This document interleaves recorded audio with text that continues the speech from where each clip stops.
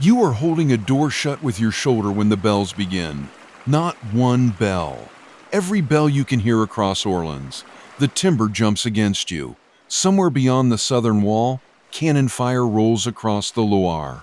The door is not under attack. Its upper hinge has torn loose from stone, weakened by months of vibration, and the family sheltering in this storehouse needs it closed before night. Your name is Martin. You are a carpenter employed when the city has money, summoned when it does not, and paid late often enough that your sister has stopped counting on the date written beside your name. Today is the 7th of May, 1429. Day 29 of the 30 days in this story. Across the river, an English-held fortification called the Tourelles is under assault. You cannot see it from this street. Smoke hides the bridge. Messengers repeat different versions of the same hour. One says the attackers have been thrown back. Another says they have crossed the ditch. A third says a young woman carrying a banner has been wounded and returned to the fight. You have no way to know which report is newest, which is true, or whether both can be true at different moments. What you know is this: the door must close. Your nephew Colin holds the iron strap level while you drive a fresh wooden plug into the damaged hole. The old fastening no longer grips. You move the hinge to sound stone, turn the auger, and feel the tool bite. The bells continue. Later generations will remember this day through commanders, saints, flags, and the turning of a war. You experience it through an auger, a loose hinge, and the weight of a door that will injure a child if your hands slip. For 29 days, survival has meant repairing the next broken thing. Before night, you will learn whether that belief is enough. Martin did not leave a diary. Neither did his sister Perrin or her 12-year-old son Colin. They are invented people placed inside a documented city. Their conversations, room, and exact work are dramatized. But the labor around them is not invented. Orléans kept accounts. Clerks recorded payments for iron, timber, hinges, locks, barriers, torches, food, transport, wages, and repairs. A surviving fortress account follows the work with a precision that heroic chronicles rarely offer. One line can preserve the weight of iron bought for new gate hinges. Another preserves the cost of a watch, a cart, a messenger, or a meal. These records do not tell us what fear felt like. They tell us what fear purchased. The other main sources are narratives written from inside the defending city or shaped by its later memory. They preserve dates, movements, and details unavailable elsewhere. They also favor the cause they describe. English decisions survive through different administrative traces and hostile reports. Burgundian, Scottish, clerical, royal, and urban interests do not fit neatly into two national boxes. So this story will not ask you to mistake one chronicle's certainty for a view from above. In 1429, the French crown was disputed. The English king's government claimed France under treaties, inheritance, and conquest. Charles, called king by his supporters and the Dauphin by his opponents, maintained a rival claim.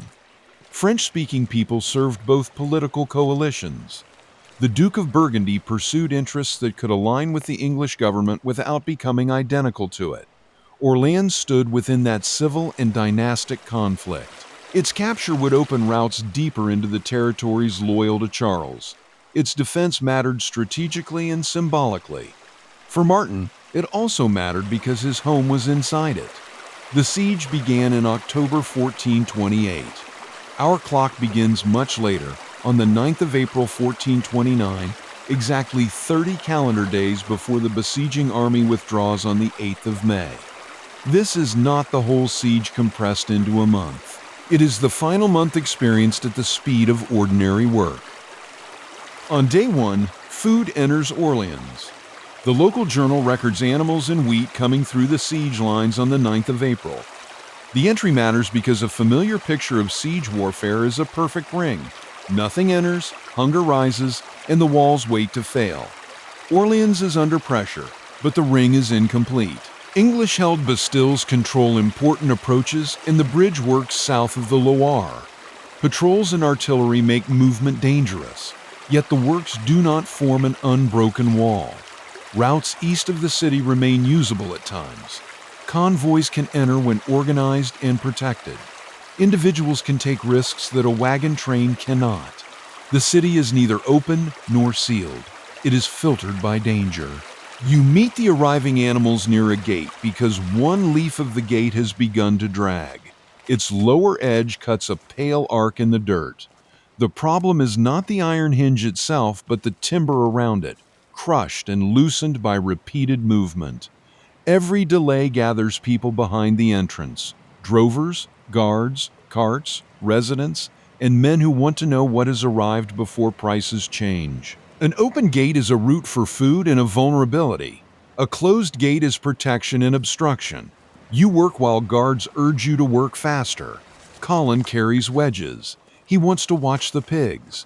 You tell him to watch the grain instead. Animals make noise, but sacks of wheat decide how long flour remains available. At home, Perrin asks what came in. You say enough. She asks, enough for how many people, for how many days, at what price? You do not know. She has placed one broad oak board beneath the sleeping platform. It was meant for a new table. Now it is the household's reserve. A shutter if glass or lattice breaks, a brace if a beam shifts, a stretcher, a ramp, or firewood when choices become smaller. You tell her the gate is sound again. That is true. It is also only one gate on one morning in the 7th month of a siege. During the next week, you learn how a city consumes repairs. Iron wears against iron. Timber swells in rain and shrinks near flame. Stone cracks around fastenings. Ropes fray. Wheels split. Roof tiles slide after nearby impacts. An artillery ball does not need to strike your house to damage it. Repeated shock loosens joints built for weather, weight, and time, not for months of bombardment. Both sides use gunpowder artillery. The weapons are not modern cannon firing with modern accuracy. They are difficult machines served by specialist crews, dangerous to operate and expensive to feed. Their uneven reports become part of the city's clock. You stop hearing every shot. You still hear the close ones. Martin's precise assignments are reconstruction, but the repair economy is preserved in the accounts. Fortress ironwork consumed a significant share of municipal spending. Doors, wickets, drawbridges, hoardings, and launching equipment required locks, straps, pivots, keys, bolts, and repeated attention. A wall is not one object. It is a system of objects, and each object can fail alone. On day 3, you replace pegs in a covered fighting platform. On day 5, you help move a timber screen. On day 7, you inspect a roof struck by falling debris and tell the household beneath it that the main beam will hold. You do not tell them for how long. At home, Perrine grinds dried peas and stretches flour with whatever can thicken the pot. This is not evidence of a city in final starvation. Supplies still enter. Food exists. Access and price are uneven, and a family cannot eat the fact that grain is stored somewhere else. Colin collects bent nails. You straighten the best ones on a small iron plate. A nail is cheap beside a gate, but not when every workshop wants more iron at once. At night, Perrine keeps shoes beside the bed and a covered lamp within reach. The oak board remains beneath the platform. On day 8, you mark its width against the doorway. Perrine notices. Neither of you says that the board may soon be more useful to the city than to the family. On day 9, some of the besiegers leave. Burgundian contingents withdraw on the 17th of April after a political dispute over negotiations and control of the city. Inside Orléans, the change arrives first as observation. Fewer fires appear near some positions. A familiar banner is gone. Someone at the market says the entire siege is collapsing. It is not. The English-led force keeps its principal works. The bridge fortifications remain in its hands. Artillery continues. Guards continue to close the gates. The withdrawal reveals something the language of two sides often hides. Armies are coalitions. Cities are coalitions. An alliance can change while the physical danger remains in the same ditch. For the next 11 days, rumor travels faster than certainty. A relief force is gathering at Blois. There will be soldiers, food, animals, carts, and a young woman who says she has a divine mission.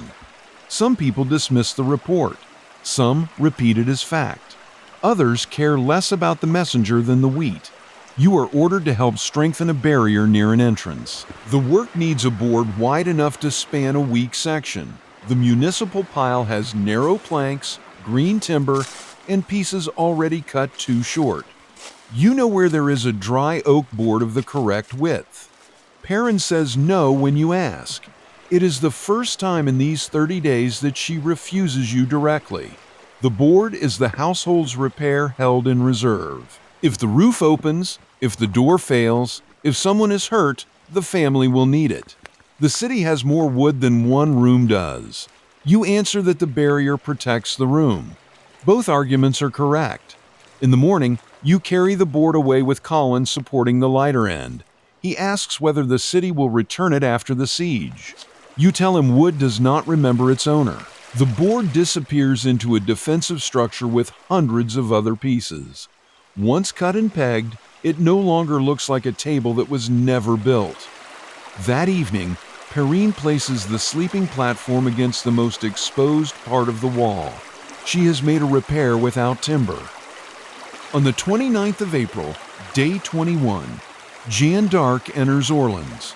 She is about 17 years old. She arrives with part of a relief convoy after a dispute over routes and military plans. The rest of the force remains outside for the moment. It is late when she enters, and the streets fill. Later images will isolate her. Rider, armor, banner, light. You see congestion. Horses crowd the passage.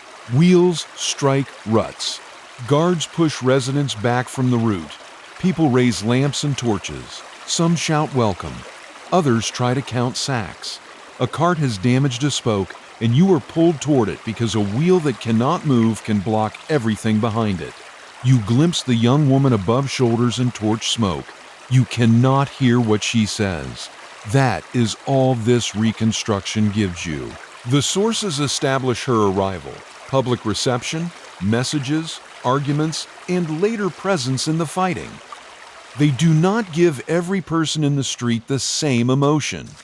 The chronicles that made Orléans part of her sacred story were written from positions of belief and memory. English authorities would later construct a very different story around her. Neither tradition turns Martin into an eyewitness to her private thoughts. At home, Colin asks if she will end the siege. Perrin says one person does not move grain, fire cannon, carry ladders, guard gates, or hold a bridge alone. You say one person can change what many others are willing to attempt. Again, both answers can be true. The arrival changes morale. It connects the city to an outside army ready to act. It does not erase months of engineering, earlier resistance, supply work, political fracture, or the thousands of people whose names will never enter the central story. Before sleeping, you check the doorway where the oak board once rested. The famous arrival has made the city feel larger. Your room is still missing a repair. The next days are full of messages. Jeanne demands that the besieging force leave. English commanders reject the demand. Words cross the lines, but neither army abandons its position because a message is certain of its own justice. More troops and supplies enter Orléans. The city that feared being cut off now has to move men, animals, wagons, food, weapons, and information through streets already strained by the siege. Hope has weight. It eats. It requires space. It breaks axles. On the 4th of May, day 26, French forces attack the English position at St. Loup, east of the city. The action begins while Jeanne is away from the immediate scene. She joins it after learning of the fighting. The Bastille is taken. You do not watch the assault. You hear artillery, then bells, then the return of men who describe what they need the day to have meant. Some speak of courage. Some speak of confusion. Wounded men arrive with evidence that victory and safety are not the same condition. The following day is Ascension Day. Major fighting pauses. The pause does not sound peaceful. Smiths work. Carts move. Clergy hold services. Messengers search for commanders. On both sides, people prepare for what comes next. Colin asks whether a holy day protects everyone. You tell him a calendar can stop an order more easily than a fear. On the 6th of May, fighting shifts south of the Loire. French troops cross to attack positions leading toward the Augustins and the Tourelles. Routes are confused, men fall back and return. One fortification is abandoned and another taken. The bridge once connected Orléans to its southern suburb. During the siege, broken arches, temporary crossings, fortified positions, and controlled access have turned it into a chain of obstacles. Inside the city, Perrine fills 2 sacks and ties them shut. She is not preparing to flee Orléans. She is preparing to move away from the river if the fighting crosses it. Survival does not always require leaving a city. Sometimes it requires knowing which part of the city has become the front. On day 29, the 7th of May, the Tourelles is assaulted. The fighting lasts for hours. Jean is wounded by an arrow and later returns. A temporary crossing or drawbridge fails during the final struggle, and the English commander William Glasdale dies in the Loire with others. The position is taken. The broad sequence is documented. Individual reports differ. Later retellings make the day cleaner than a battle experienced minute by minute. You remain with the damaged storehouse door. When the bells begin, Colin lets go of the hinge to listen. The door drops half the width of your hand. You shout at him, louder than you intended. He grips the iron again. You turn the auger, fit the plug, set the strap, drive the peg. The work takes less than an hour. The news changes 3 times before you finish. By evening, people say the South Bank forts are lost to the besiegers. People say the bridge route is open. People say the English army will attack at dawn. People say it will leave before dawn. Perrin does not untie the sacks. On the 8th of May, day 30, the English-led force leaves its remaining works and forms in order outside Orléans. French forces also form. For a time, 2 armies face one another without beginning a general battle. Then the besiegers withdraw. From inside the city, the first evidence is absence. No new shot arrives. The silence feels like a pause, and months of experience have taught you not to trust pauses. You wait. Others move toward the gates. Clergy lead a procession. Soldiers watch the departing columns. The reasons for withdrawal include the loss of key positions, a changed operational balance, and the risk of fighting under worse conditions. A chronicler may describe divine judgment. A commander may describe necessity. The movement on the road is the same. You take Colin to the gate you repaired on day 1. Its leaf opens without dragging. Beyond it, the siege landscape is not a painting of deliverance. Earthworks cut the ground. Timber has been stripped and burned. Buildings outside the walls were demolished earlier to deny cover. Abandoned material lies beside occupied graves. People who lived beyond the walls have also lost homes, stores, animals, and kin. An army has gone. The damage remains with everyone who cannot march away from it. Martin, Perrine, and Colin survive because they are fictional. Their survival is plausible, not documented. No account identifies the household that gave up an oak board. No chronicle records a boy holding a hinge while bells rang for the Tourelles. The records preserve a different kind of truth. They preserve iron purchased by weight, new hinges for gate leaves, locks and bolts, torches and candles, payments to laborers, craftsmen, guards, messengers, carters, soldiers, and suppliers. Food entering on particular days. Repairs repeated because the first repair wore out. Archaeology adds another warning. Written accounts can describe tens of kilograms of iron fitted to one structure, while only a fraction survives in the excavated ground. Material is recovered, reused, corroded, or displaced. What is missing from the soil was not necessarily missing from the city. Narrative memory has its own survival pattern. Jeanne d'Arc became the central figure of Orleans because her arrival and actions were genuinely consequential, because her later trial and rehabilitation generated extraordinary records, and because political and religious communities repeatedly retold her story. That does not make the ordinary people around her unreal. It makes them harder to see. The siege was not a contest between timeless nations with fixed identities.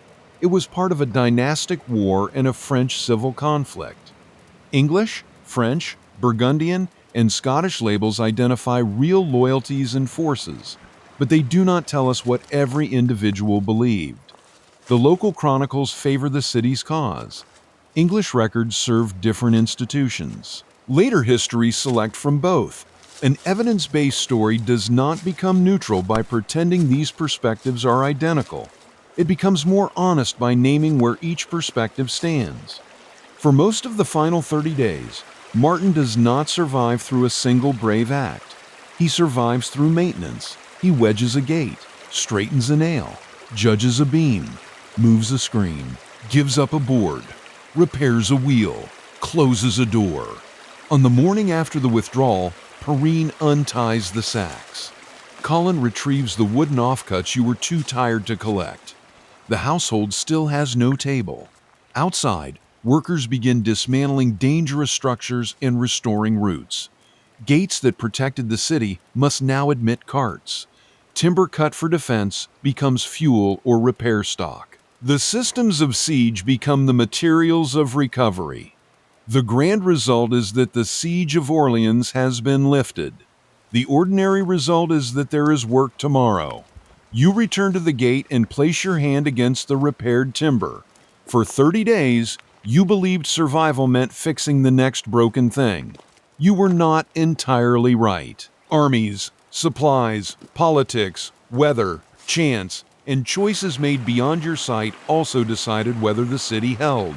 But you were not wrong. History remembers the moment the army left.